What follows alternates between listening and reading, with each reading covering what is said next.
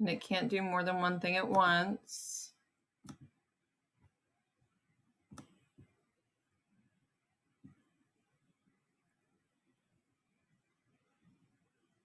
Yeah, the internet has been crazy all day for the last couple of days. All right. So for the first one, you want to look at all those numbers. What can I divide 2, 6, and 10 all by? 2. 2, absolutely. So that's the first part of my greatest common factor. So all you're going to do is do these one thing at a time. Look at all the numbers and then look at all the variables. So now I'm going to look at my x's. In fact, is it going to be weird if I try to make that bigger? Oh, no, it isn't. I love it when it's smart. So x to the third, x to the fourth, and x to the fifth. I always want my smallest exponent. Okay, so that's x cubed, x cubed, x cubed. Then we're going to look at that y. So I've got y to the 8th, y to the 2nd, and y to the 10th. Y to the 2nd is my smallest one. So y squared, y squared, y squared. Guys, that is my greatest common factor. Greatest common factor. So boom, that's going to be my right answer. Okay. Question number 2. What's the greatest common factor here? It's already on there. Wouldn't it be the W? Yeah, that one. Yeah, so we're going to divide by W and divide by W. If I divide by W, 3 minus 1 gives me W squared, and the W's cancel out, so I've got plus 3.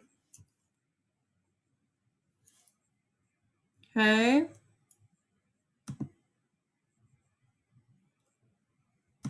Question number 3 is pretty similar.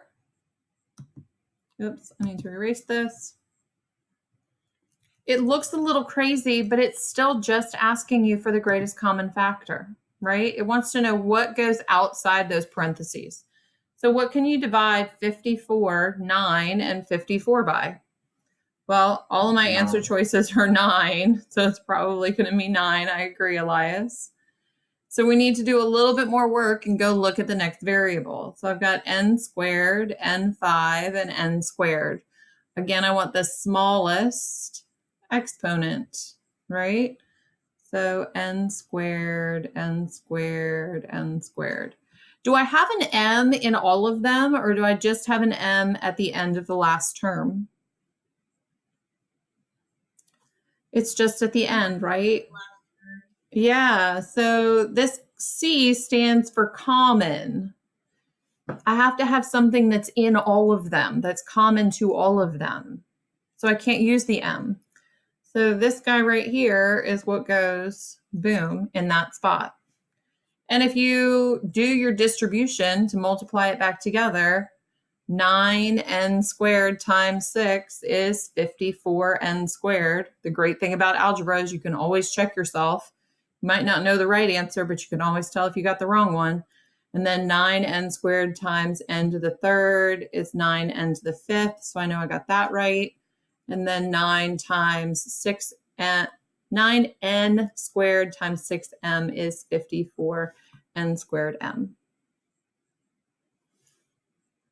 Okay.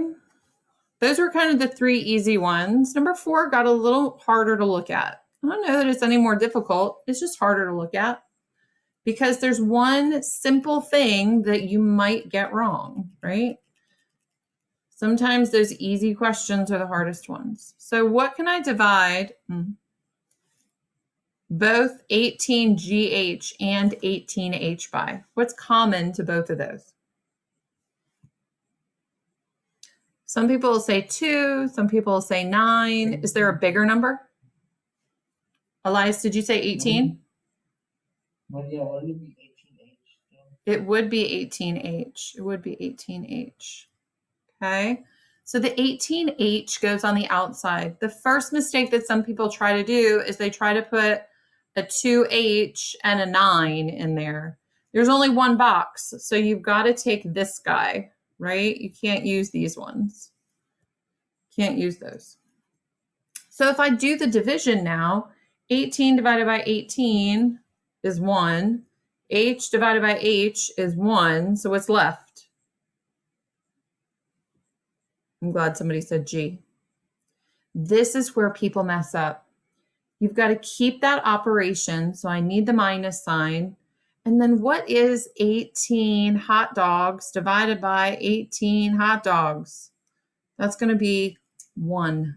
Anything divided by itself is 1, not invisible. So we get into a bad habit of saying 18H and 18H. They cross out and we're left with nothing. We're actually left with 1. I get that one. Nice. So for this one, you need this answer, and this one is the most tempting wrong answer. Questions on that? That one's so easy, it'll mess you up. All right. Question number 5. Moving right along. If I look at that big giant expression up at the top, what are my numbers? What are my 4 numbers up there? My 4 coefficients. 8, 28, and 4. What can I divide 8, 28, and 4 all by?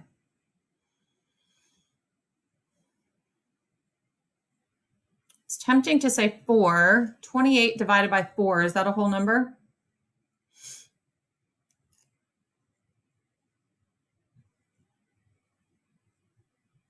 It's 28 divided by 4.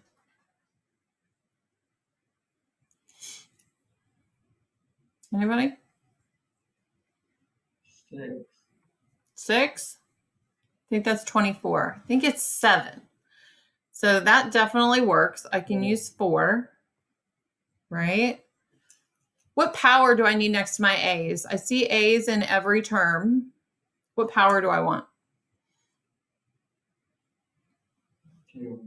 Absolutely. Why? Because That's the smallest one. that is the smallest one. I see B's in all of them. So if I have B's in all the terms, I can have B's. What exponent do I need? What's the smallest exponent for the B's? 2. 2, absolutely. That, my friends, is going to be our greatest common factor. So the greatest common factor is 4a squared b squared. 4a squared b squared has to be checked. But then we have to do the division to see what ends up being in the middle. I know I've got a first term and then a subtraction and then a second term and then a plus and then a third term. So it is a lot of work, but it is not hard work. You just have to take it one step at a time. 8 divided by 4 is 2. A to the 4th divided by a squared. What invisible math do I need to do there when I'm dividing exponents?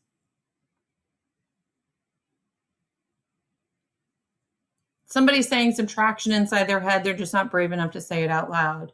So you're going to take, when you divide, you take the exponents and you subtract them. So 4 minus 2 is 2. So that's a squared.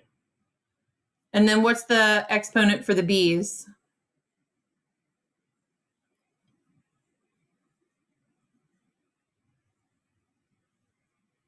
What's the exponent for the b's? 1.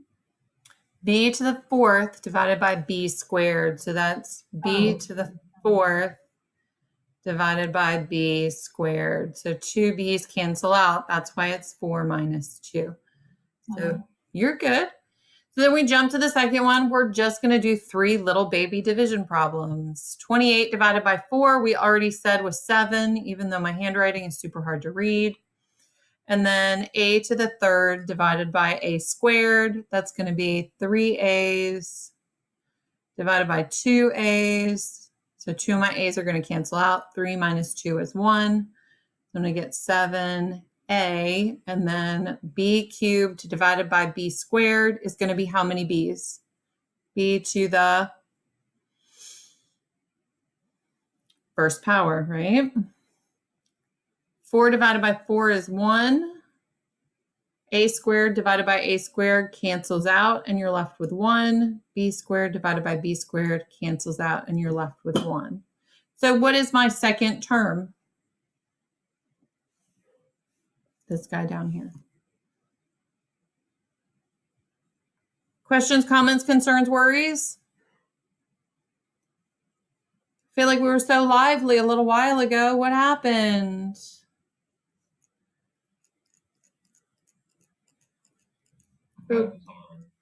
Life is hard. This is hard. Math is hard. You just want me to think that it's hard for you. But secretly, I know that you know how to do this.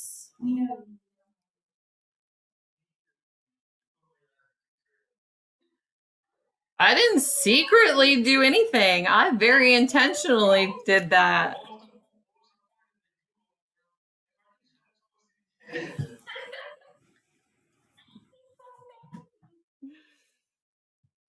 Sterling's feeling the love. All right, guys. Why is this answer choice wrong? The one that I have marked. Because there aren't any B's on it. That's a great reason. I've got B squared and B. So I definitely need to take out a B. I'm going to rewrite it over here so I have more room. C11 plus 2BC to the 5th. So I definitely need some B's. And then how many C's do I need? 5. So I need B, C to the 5th, so I can eliminate those two choices. When you divide that out, B squared divided by B is going to leave you with 1B. And B to the 11th, or C to the 11th divided by C to the 5th is going to give you what? Because 11 minus 5 equals 6. When you're dividing exponents, you've got to subtract them. C to the 6th. So all of a sudden, I think my answer is this one because that's, oh, wait, no, it's not that one because it can't be that B squared, right? Yeah. So then plus 2 plus 2.